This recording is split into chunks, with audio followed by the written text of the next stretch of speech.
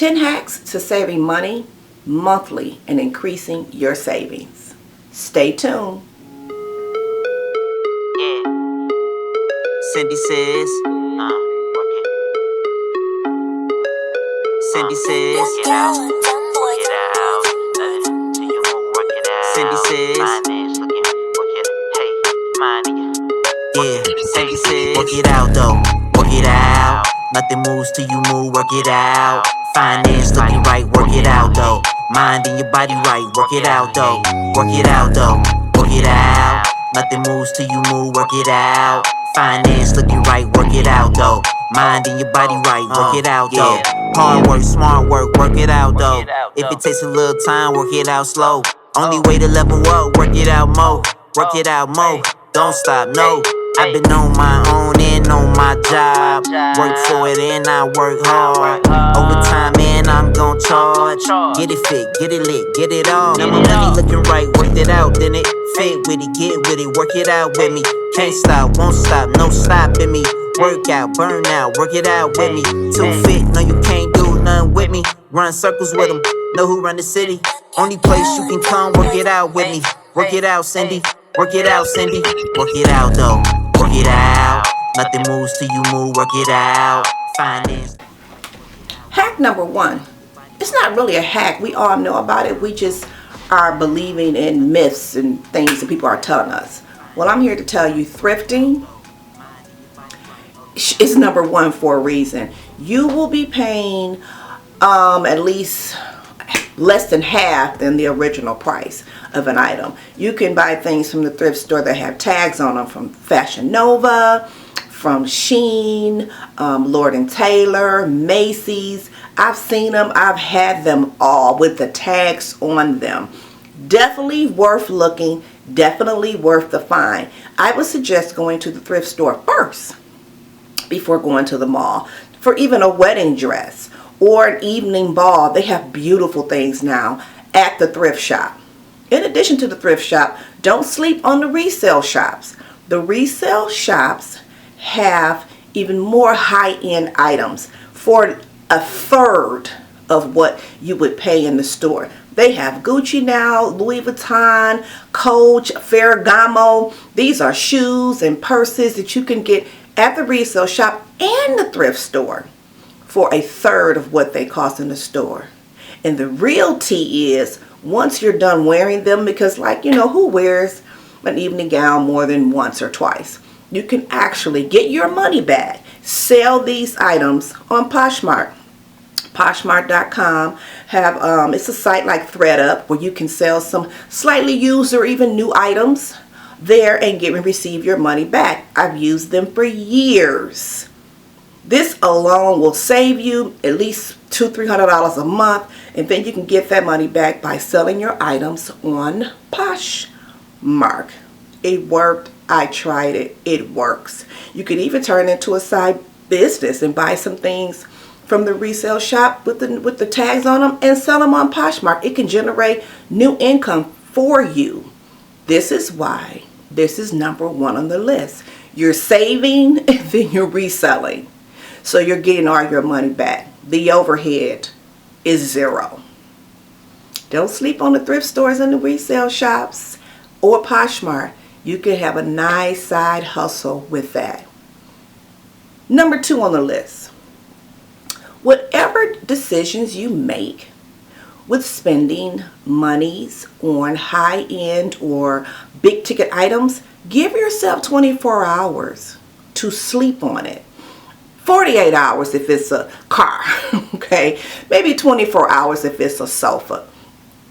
I do that just as a habit to make sure that I'm not impulse purchasing or just buying something because it's pretty and shiny. I didn't test this recently. I did it because I was trying to make sure something wasn't pretty and shining on a vehicle. And when I returned 48 hours later, somehow the vehicle was cheaper. Somehow they gave me more money for my trade-in. Somehow I didn't need a down payment all of a sudden. So I ended up saving an additional $3,000 by waiting 48 hours. Listen, guys, these people are salespeople. They make their money off commission. If I don't buy anything, they don't get a commission minimally from me in that sale. So they are ready to sell, especially this time of the year. This is the end of the year. Inventory and things need to be gone by the first of the year. People think, well, at Christmas time, things are going to be more expensive. Yeah, Christmas toys, but not on houses, not on sofas, definitely not on cars. So tip number 2, sleep on it. Give yourself 24 to 48 hours to decide. Do you really want that couch for $3,000? You never know. You may go back and the couch is only $1,500 in 2 days. Everybody needs their commission. Tip number 2. Tip number 3. Make a list before you go to the shopping mall, before you go to the grocery store. I had a habit or rule. I'll just go up and down the grocery store aisles and just buy what I want. Dumb. Because what ends up happening, what I really went there to get, somehow I forget to get that. Make a list. It saves you time and it saves you money. It saves you money from buying things you probably really don't need. Number 1. Number 2, and you may be buying something that you already have because you didn't even make a list. If you make a list at home, 9 out of 10, you're going to check to see if you already have the black pepper before you go to the store again and buy a second black pepper. Tip number 3, ladies and gentlemen, make a list. Put a list on your notes in your cell phone. Make a list. You really want to come back home with the brown sugar. Not just confectionery sugar because it's light and you had it on a French toast last week, so that's why it's on your mind. Make a list and check it twice. That's tip number 3. Tip number 4. Keep your receipts. I wish I could make a song about it. Keep your receipts. My family teased me for years about receipts. Don't worry about it. You're going to end up winning keeping those receipts at least a year. Hypothetically speaking, let's say you are shopping and you buy some items last year. You look in your closet, you still have it this year. Apparently, either you didn't want it, or it's too big, or it's too small. Things have changed. Take that item back. Most stores will give you a full refund, but if they don't, they'll at least give you a store credit. You can use that money to buy someone a Christmas gift this time of the year instead of using your cash. You could use that money if you're going to TJ Maxx or Home Goods. They always got some great cookies or some other type of different granola bars in the back, or some organic coffee that you can buy, instead of keeping that sweater or that bathing suit from last summer that you can't even fit anymore or you don't even want anymore. Go back and get your money. TJ Maxx, Home Goods, Burlington's always have these notes of can't return without a receipt. But I got a receipt. Minimally give me what it's worth right now. True story. I bought a luggage set, 2 pieces. 1 piece I used. The smaller piece I didn't use until a year later. When I went to use it, the zipper wouldn't work. I had never used it. Bought it from Macy's. I go into Macy's. I need to return this. The zipper's defective. Oh, you have to take it. You have to take it to the manufacturer. No, ma'am.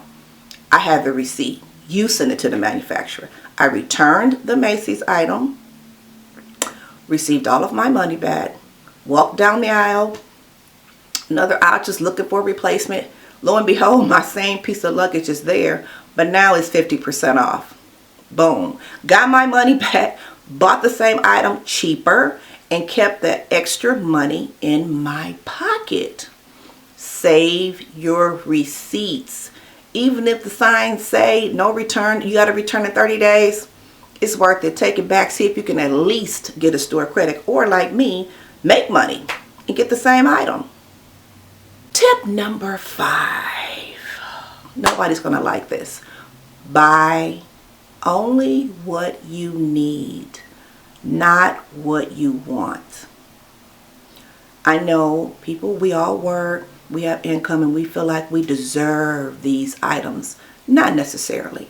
Take that want money and put it into a savings account. Put it into a money market account. At least start your money making money for you instead of making money for the companies and the different manufacturers. Buy only what you need. Example, your coat from last winter doesn't fit, it's too small, it's too big. You need another coat. But those boots you bought last winter, same color. You don't need a new pair of boots just because you bought a new coat. You don't need a new pair of boots just because you bought a new coat. You want a new pair of boots. Don't buy them. Buy the coat that you need. Wear the boots from last winter. Trust me, the snow is not going to know anything different. The slush, the water, they're not going to know anything different. That is a want, not a need. Don't buy the same thing or even similar things twice. Take that money and put it into a money market account. You think it takes thousands of dollars for that?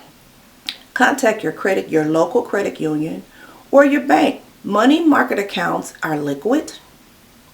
They make more interest, gain more interest on them than a savings account. Put that second boot money into a money market account.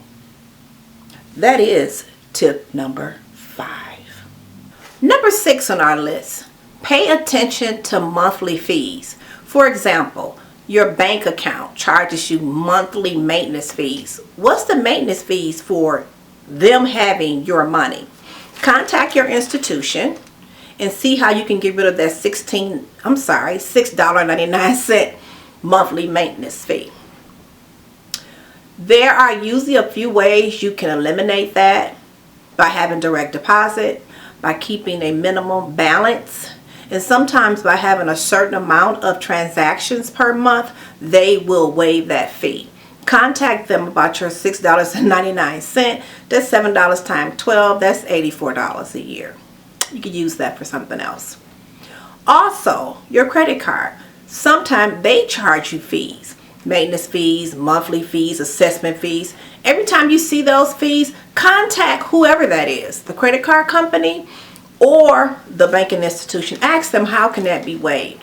If there's no way for it to be waived, ask them would they give you a courtesy refund, courtesy reversal, so that you can have your monies back in your pocket. Again, that's more money you can use to go into your savings. That's more money you can use to go into your money market account that will gain more interest for you. Again, having your money work for you. That's number 6. Question all fees on all statements. Just give them a call. And if there's no way to go around it, ask for a courtesy refund. And do that every 6 months. They do courtesy refunds and reversals on a lot of things, especially those banking institutions. Number 6. Take the time, fine-tooth comb those bank statements and those credit card statements. You want to know why you're broke, or why you can't make it from check to check, or you feel like you're working and you're working for nothing, or you're working for something. Look at those statements and see exactly where your money is going. It may be time to cut down on those lattes, $5 and $8 a pop, 4 and 5 days a week. Seriously, take a ruler, piece of paper, and look at where your money is going. Back out some of those activities. You may not be able to go out with the girls all the time or the guys all the time and buy cigars and buy extra drinks. You may be able to do that twice a month. Until you can get your savings build up, until you can get your money in places where it's growing, you shouldn't be going too many places. You may not be able to go to the concert and pay $150 to make another person richer. Look at those statements. Cut back on some of that spending. Stop buying things you don't need. Watch your money. You need to be watching it so you can move it around and make it grow. Go through that bank statement. Go through that credit card statement. Check to see if you can sometime transfer your balances from one credit card to another with a cheaper interest rate. They have promotions. Sometimes 6 months, sometime a year. You transfer your balance from another card. You got a year of 0% interest. Use that time to pay it minimally down. You may not be able to pay it off, but you can at least pay it down. Watch those statements and look for promotions with your financial institutions. That is number 7. We all can sometimes get a bout of depression And when you get depression, some of the things you do is impulse shop. Some people impulse eat, excessive eating. Some people excessively shop. If you realize, or you start, if you go out your house and say, hey, where am I going? I'm just going to go out here and look around, see what I can get. Stop. Stop that if you can. If you can't, go out, buy these things you randomly see, because it's the action of purchasing it that should help that feeling, that depressed feeling, or the anxiety. But 2 days later, look at those items you purchased. I don't care if it's food. Take it back. Get your money back. The impulse has been solved. You no longer need those pink shoes, the yellow shoes, and the hats to go with them. Take one whole outfit back, the whole pink ensemble. Just take it all back. Because that was depression or impulse shopping. We need to, again, hold on to our money so we can put it some places where it can grow for us. That was number 8. Number 9, which should be probably number 1. Stop borrowing. Stop lending. If you're going to lend some money or something to someone, lend only if you don't need it back. Because the person that's borrowing it from you, unless it's some type of emergency, more than likely will not be able to pay you back. Period. If you can't afford to give it away, don't loan. And I'm guilty of that. For people that are borrowing, live within your means. Unless it's an emergency, live within your means. The first thing people say is, I deserve it. I work a job. I deserve it. You may deserve it, but you don't make enough money to pay $65 or $100 for some nails. You can't afford to get the $25 nails. Instead of borrowing money from people to help supplement your lifestyle and destroying or jeopardizing lifelong relationships. Just budget. Just wait until you're making more money. If you take some money that you spend and put it into a savings account, maybe you can use the interest off of that and can afford to splurge and pay for things like pedicures and manicures. Right now, you need to do a deep soak on your nails at home. Do your feet yourself until you can get your savings, your emergency fund, or put your money somewhere where it's growing for you. We're trying to be rich. We're trying to be wealthy. We're trying to be comfortable. We're not trying to keep making the manufacturers, the company, the man rich. We're trying to be the man. Final tip for this video. Number 10. Remind yourself that you are trying to save. Take a post-it note. Put one of the big post-it, a big pink post-it note on your mirror in your bathroom. I'm saving, not spending. I'm saving, not spending. Get a friend, hook up with a friend, do a challenge, a $500 challenge that you guys agree to save $500, 60 days. $500 challenge in 60 days by any means necessary. Get a buddy so you guys can be accountable to each other. You know, like you do when you're working out, you have an accountability partner. Get an accountability partner and do a $500 challenge for 60 days. That was number 10. My dog is barking. He must be ready to get walked. Do not forget to subscribe. Do not forget to comment and share this with your friend and family. We want everybody around us comfortable and wealthy. Cindy says, Cindy says,